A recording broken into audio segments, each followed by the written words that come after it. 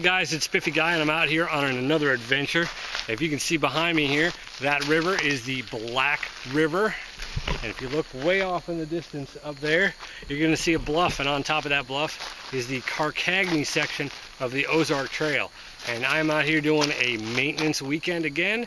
There is a 100-mile endurance run that's happening next weekend, and we're out here blowing off the trail. So stick around. Well, this is the beach area. We are at Sutton Bluff Campground, and we're not actually in the primitive section, but we are on the official campground. Behind these trees back there is slot number 15, and that is the group campground, and that's where we're going to be camping. As usual, I'm a bit early, and the weather is amazing, especially for the end of October here. It is, I want to say that 25th. Maybe it's the 24th. I don't know what day it is. But that's a teeny tiny little frog. But this is the Black River, and just kind of happy to be out. I'm wearing shorts and flip-flops. Not really doing any hiking right now. But we're going to bum around on this beach here. And I may fool around a little bit with some solar ignition. I brought a couple things. I just need to find some things to light on fire. This is the group campsite down here at slot number 15 in the Sutton Bluff campgrounds. Now the campgrounds is technically considered a private campground. It's run by a guy by the name of Steve, who has probably the awesomest job ever. This is his backyard, so he gets to do whatever he wants, which is pretty cool. But it's actually part of the National Forest Service, I believe, or USDA, I think is the technical nomenclature for it. But this group campground will seat about 30, and it's got a nice little drive. It's pretty secluded back here. There is a few folks here. There's somebody up there in slot 14, and a lot of ATVs and trailers and things like that. And next week this place will be hopping with the support team for the racers on the 100-mile endurance. There's plenty of yucca back in here, bunches of it. I'm not too sure how to do cordage from yucca. I know that you gotta kind of beat it to separate the fibers. Probably not something I'll mess with today, but you can use it for cordage, and also the tips on it. And this one is not too sharp, but the tips will have sharp points on them the older they are, and you can use those as a sewing needle, and it will basically come with a string attached if you do it correctly, which I don't know how to do.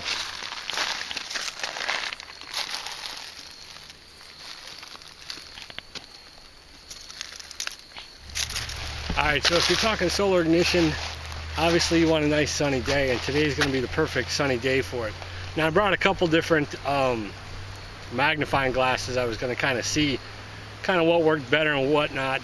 I don't have a whole lot of material to actually solar ignite, honestly. I should have probably planned this out a little bit better, but I do have a little bit of charred punk wood, and I do have some char cloth, which would be something that you could use. The dark stuff like that is going to obviously collect a little bit more solar radiation and ignite quicker. There's some bunch of leaves around, so maybe I'll try to find some leaves and dried grasses, and just kind of fool around. I'm not looking to make a fire, I'm just looking to kind of practice the skills.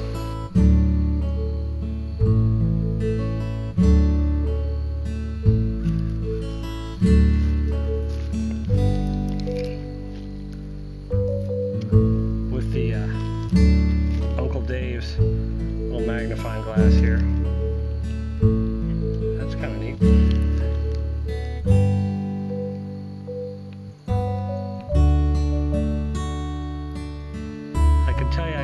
See, it's hard to look at the light because it's so bright. It is definitely going already. Got another small section. We're going to try this Harbor Freight Jewelers loop. We're just going to use one of them, and we'll see how that works.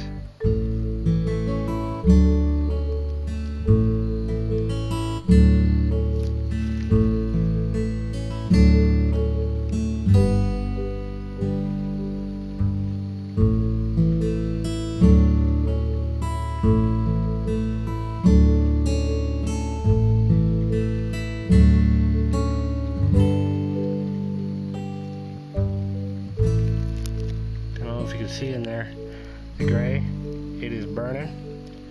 My fingers, and that's just with one.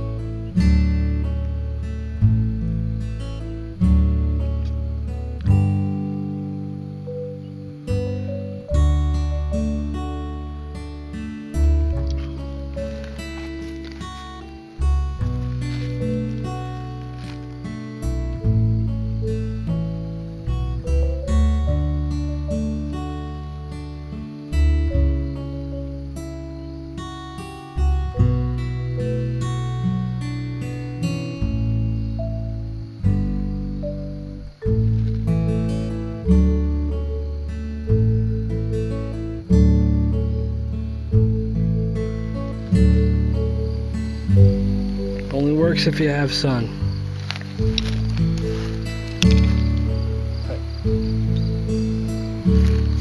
I'd rather do bull drill than solar.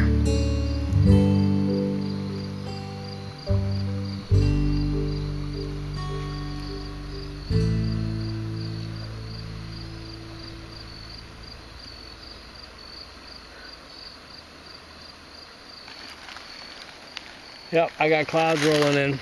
This is a bust. Tell you what though, there you go. That's what I think of solar ignition. Right there. Ferro rod, gonna beat out solar ignition every single day. Incidentally, look at this massive fire steel that I got. It's 1/2 inch, 6 inches long. This is a full-size roll of duct tape, you know, just wrapped around. Not the 1-inch stuff, that's the standard 2-inch. This is a monster. Weighs a ton, but it'll last forever. Of course, as soon as I pack up, the sun kind of comes out. Another day, Mr. Cloud, another day. Anyway, these are the vault toilets. These are on the far end of Sutton Bluff Campground. They are open year-round. The water toilets and the showers and stuff will be locked up once freezing time comes. So I'm gonna go cruising to the other side of the bridge over there, the other side of the Black River, and I don't know, just kind of roam around a little bit.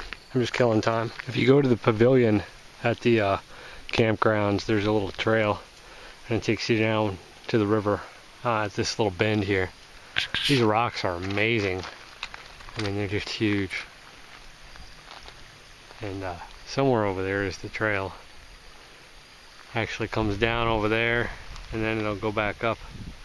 Probably right around over there, and then the trailhead is back up that direction. Actually, you know what? The trailhead might be up over there. But the colors are very nice. Keeping with that possum mentality that Uncle Dave always talks about. This is a big chunk of wood, and some of it's pretty punky in here, and I'm going to pull some of that stuff off and refill my char tin.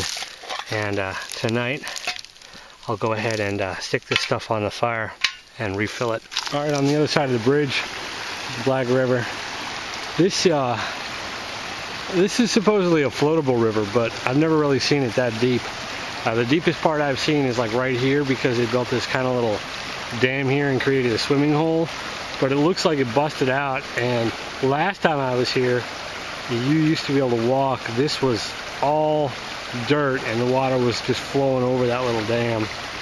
So I don't know if they built it up or if it's eroded, but you know, here's the path coming down, and there's the water. So kind of interesting, you know.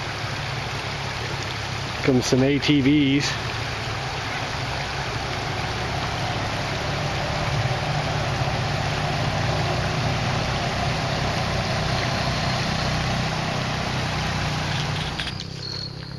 I was just looking around for a place to set up my tent.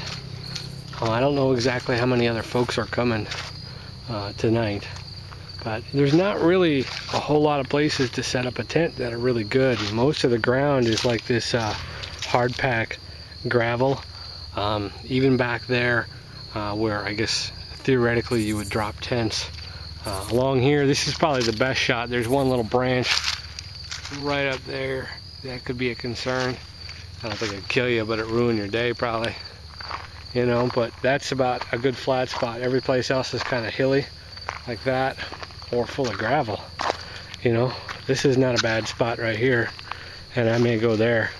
Another option is here on the other side of the car. You know, it's a little further away from everybody, but be antisocial. But right over here at the edge of the parking lot. Other than that, you know, you just gotta start going up over here or right over there to get dirt, because everything is pretty much kind of parking lot gravel. It'd be almost better to be at the backpacking site on the other side of the river. But you know, this is where we're gonna be. They got the grills and the picnic tables and stuff, which is nice. Everybody's setting up. We're gonna keep this location. We got tents over there, we got tents over there. And this is where I went. I figured this is the best place. I'll just get up, you know, out the other side and just go pee right there in the middle of the night too, so that works out. But it's starting to get dark, and we're gonna make some food. Apparently there's some chili, which is another reason why everybody is spread out. They're all gonna eat the chili, and then everybody will be in various corners as far as the gas and the snoring. And we're close to the toilets too, so if the chili kicks in at midnight, you know, you can take care of it.